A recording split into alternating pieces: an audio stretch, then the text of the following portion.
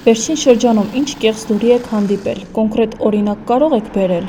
Օրինակ, տես ասում են մենք պետք է հանձնենք, մեղրին պետք է հանձնենք, մեր տարածաշրջաններից էս կան, ես դրանից մի բան չեմ հավատում։ Ես տվյալ կեղծ լուրերը լսել եմ, բայց չեմ հավատում։ Ավելի շատ կեղծ լուրեր եղել են ընտրությունների ժամանակ։ Նորմալ մարդը չի կրա այդպես բան մտածի։ Օտի միջից երաստեսնիս 300 օտի բրիգան բանեն են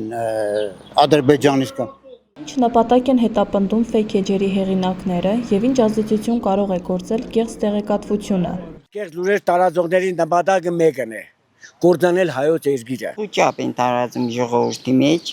Ժողովրդի մեջը պանիկա գցել, խառաշփոթության մեջ։ Ուրիշ ոչ մի բան։ Ազդեցություն կարող է գործել թե մարդու ներաշխարհի եւ թե հոգեբանության վրա։ Պարակտում են, բայց մեր ժողովուրդը չի հավատում դրան։ Կեղծ լուրերը ազդել են ընտրություններին մասնակցելու ձեր որոշման կամ քվեարկության վրա։ Ես միանշանակ գիտեցել եմ իմ ընտրությունը որն է։ Շատ չնչին։ Բոլորովին։ Այո։ Հանձինս ինձ ոչ մի անգամ։ Չէ, ես իմ ընտրությունը հստակ կայացրել եմ։ Չի ազդե։ Արհեստական բանականության զարգացումը եւ տարածումը ինչ վտանգներ է առաջացնում։ Այն ձևի կրակն երկու ձևափող են ձևի բաներ հանեք, որ էդիկ սա մտածեն թե Վարասանյան գագոնես ինչ խոսավ, Վանտաշեցի գագոնետ ինչ խորատա էր, այ մարդ այդ անշնորհքիտ կամ բարեւուտից խոսավ։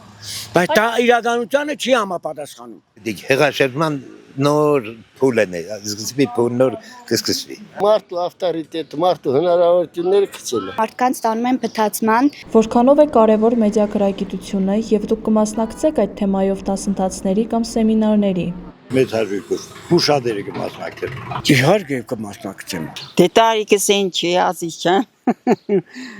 Այո, конечно։ Շատ հետաքրքիր կլիներ մասնակցել նման դասընթացի։ Տարիքս համապատասխաներ մեծ հաջողով կվանկենեի։ Ձեր կարծիքով ո՞րն է այսօր Շիրակի մարզի բնակիչների համար ամենամեծ տեղեկատվական վտանգը։